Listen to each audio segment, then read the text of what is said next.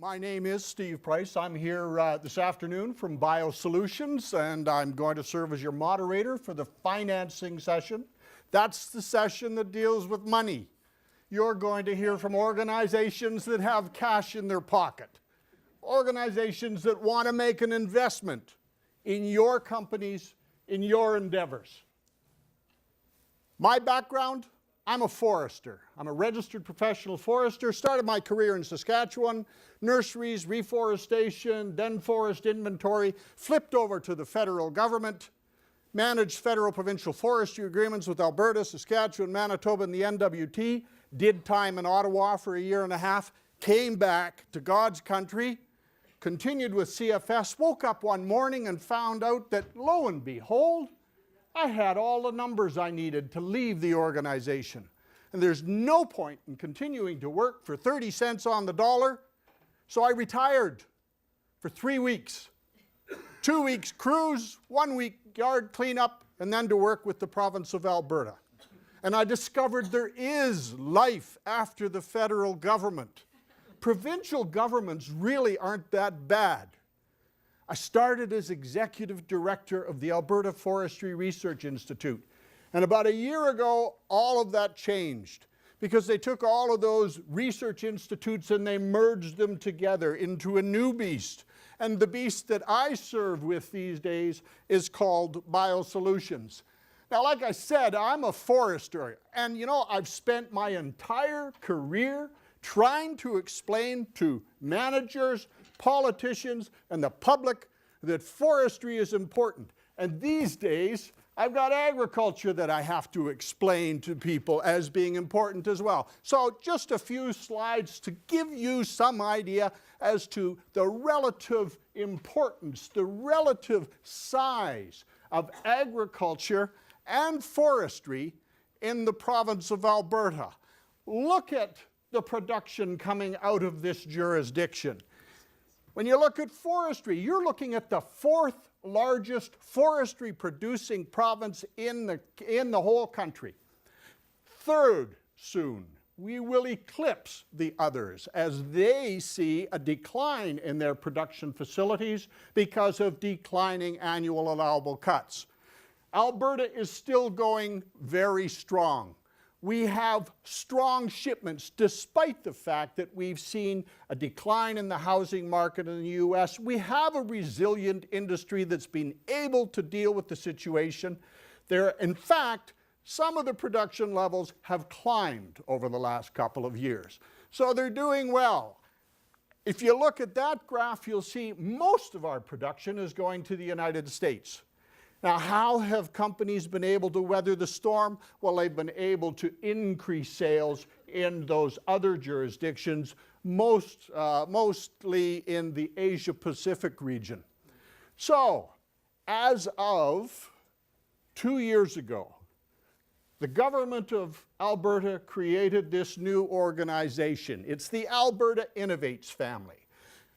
The blue boxes are the research funders. They don't do research themselves. They have cash to invest in research. The green box over on the right, Technology Futures. Today, you're sitting in the Technology Futures Auditorium. They are research funders and research providers with emphasis on commercialization. There are advisory bodies as exemplified up on the top there, area. We are attempting to rationalize research in the province of Alberta. We are attempting to forge closer ties with post-secondary institutions. I used to work with the feds. We'd go to universities. We'd exercise federal spending power. Guess what, guys? I have cash if you're willing to do what we want. All you have to do is get matching cash from the province.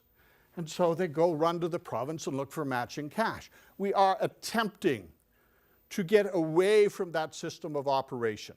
Not to say we won't partner with our federal cousins and work together, but we're trying to get away from that pull exercised by the federal government through federal spending power. So, Alberta Innovates BioSolutions is right there.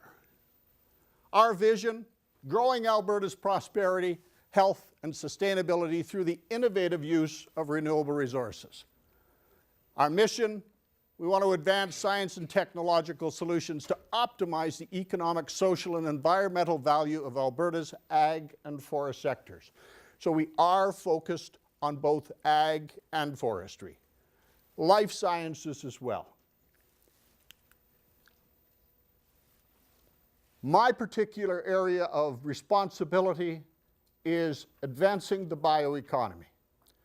There's been a big change in the ag and forest sectors in Alberta over the years that I've lived in Alberta.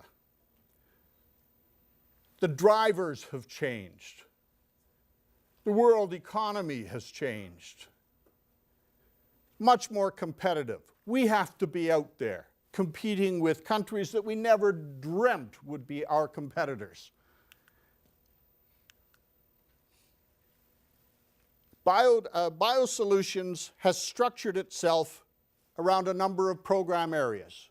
Value chain sustainability is the land-based activities, ag and forestry.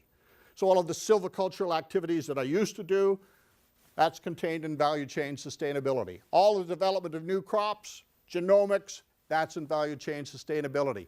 Advancing the bioeconomy is mine. Advanced materials and chemicals, biorefining, electrical generation falls in my purview. Quality food for health, a focus on ensuring that the Alberta population has every opportunity to avail itself of the necessary foodstuffs to live healthy lives. Industry challenges and emerging opportunities. It's kind of a, I'll use a crass term, it's a slush fund. It's intended to be able to respond quickly. It's got more flexibility than the other program areas. And the prion and protein misfolding diseases. The Prion Institute is housed within BioSolutions as well. Value chain sustainability focuses on both ag and forestry. It focuses on land-based activities. As I said, it is crop-related. So all that has to be done with respect to research, to develop new crops, to grow crops, to harvest those crops, is to be found in this particular program area. Prion on protein, I think we've had presentations earlier today that have talked about mad cow disease, prion.